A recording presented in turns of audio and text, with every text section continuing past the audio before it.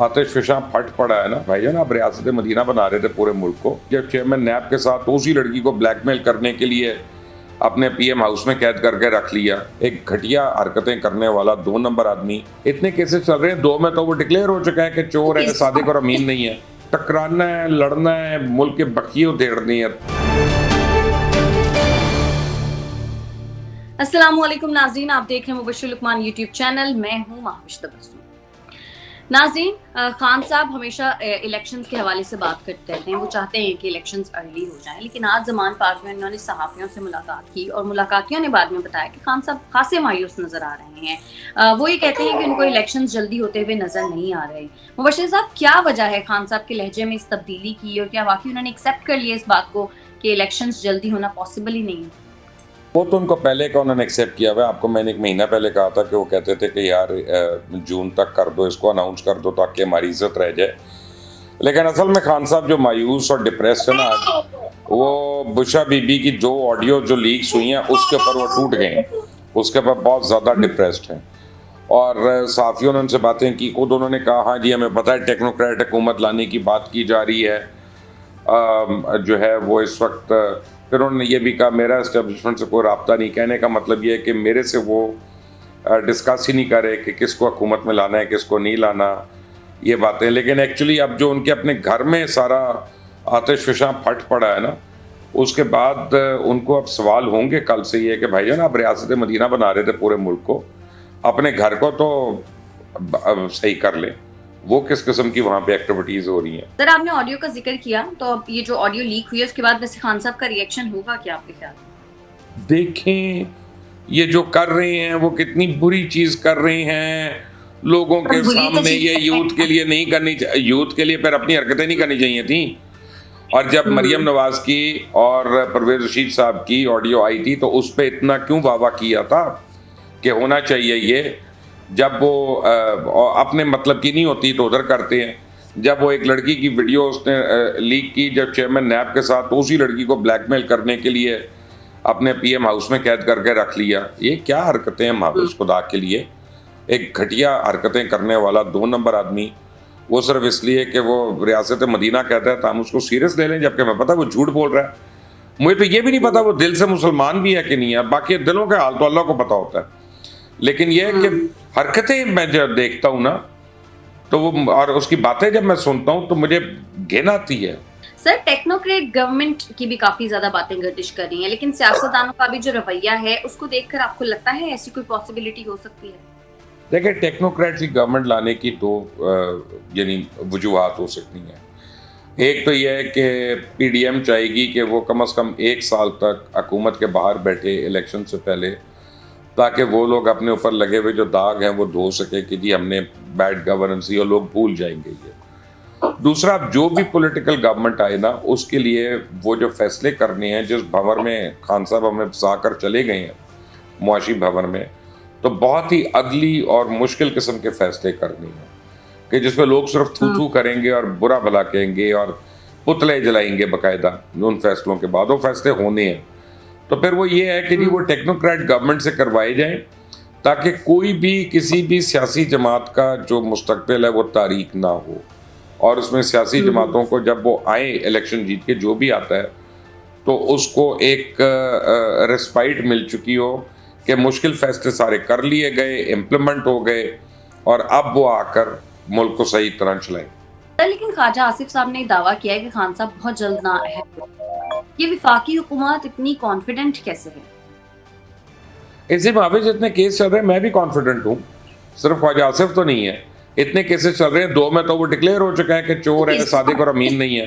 Cases तो सारे ही सियासतदानों पर चल रहे हैं। नहीं, उसके केसेस में तो प्रोग्रेस बड़ी हो गई है ना, आगे तक चले गए, जिसमें खास तौर पे फॉरेन फंडिंग केस और तोशा खाना केस जो है वो तो अब ओपन एंड शट केस है ना।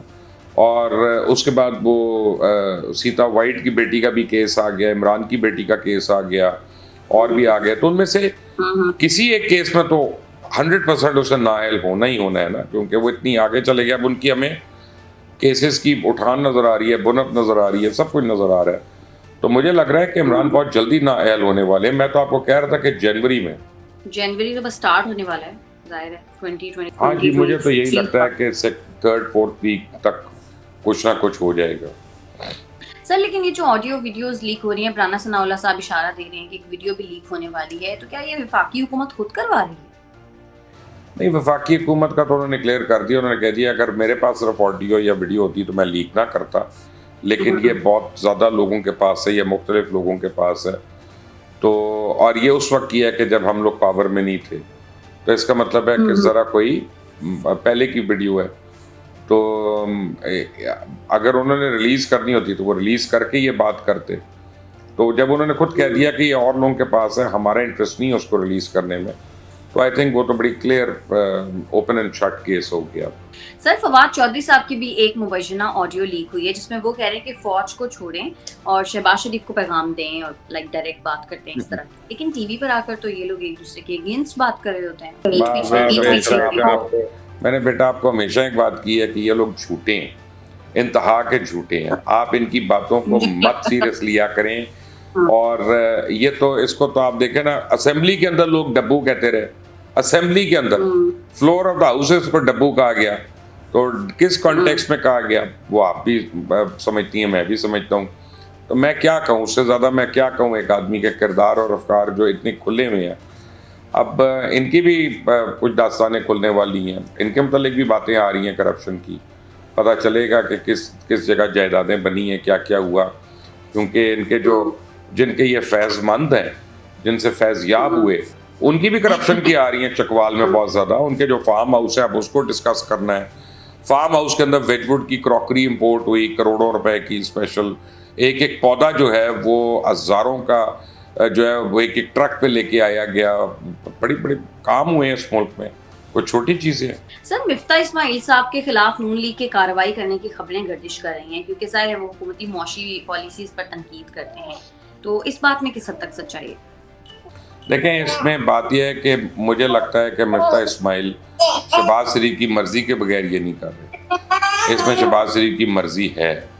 और क्योंकि PMLN में दो वाज़ेह ग्रुप्स हैं, मियां नवाज शरीफ का अलग है और एक दूसरा ग्रुप अलग है। और इसहाक डार साहब जो हैं वो मियां नवाज शरीफ के मोस्ट ट्रस्टेड एलाय आप समझ लें, या वर्कर कह लें आप उनको, या टेक्नोक्रेट कह लें, जो भी आप कहना चाहती हैं, he is the most trusted one, ठीक है ना। तो अब उनकी बुराई करना, और जब इतने अरसे से वो कर रहे हैं, 1 महीने से कर रहे हैं, और कोई उनको सरजनिश नहीं हुई, कुछ नहीं हुई, तो इसका मतलब है ना कि किसी का उनके कंधे पे हाथ है। तो मुझे तो यही लग रहा है। तो अब उनके खिलाफ कोई कार्रवाई होना मुझे अभी समझ नहीं आ रहा, देखते हैं, मुश्किल बात है लेकिन देखते हैं। सर इसहाक डार साहब कहते हैं कि अगर खान साहब की तबाही की दास्तान सुनाऊं तो कई हफ्ते लग सकते हैं, तो फिर हुकूमत सुनाती क्यों नहीं?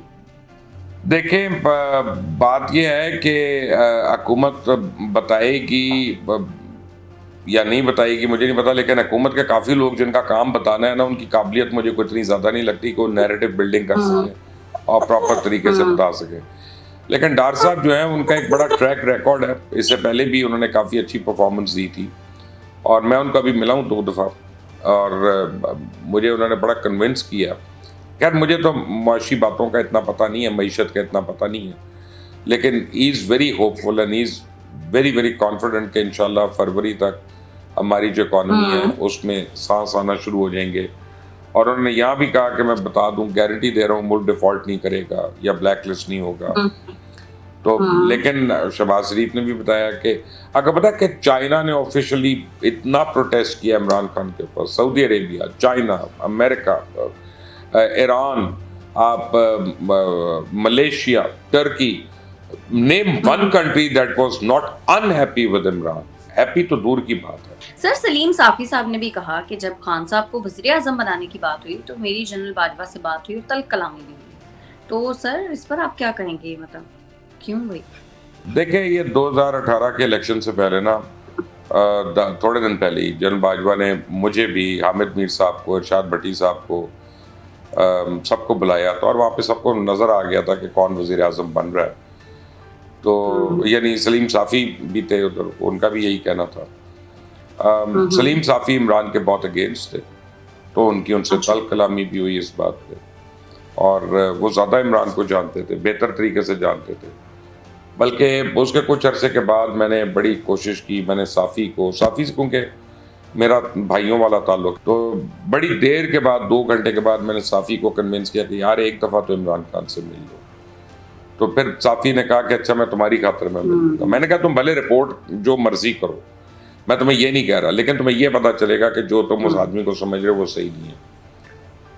तो जब मैंने इमरान को कहा ये बात, तो इमरान रिफ्यूज़, उसने कहा मैंने नहीं मिलना।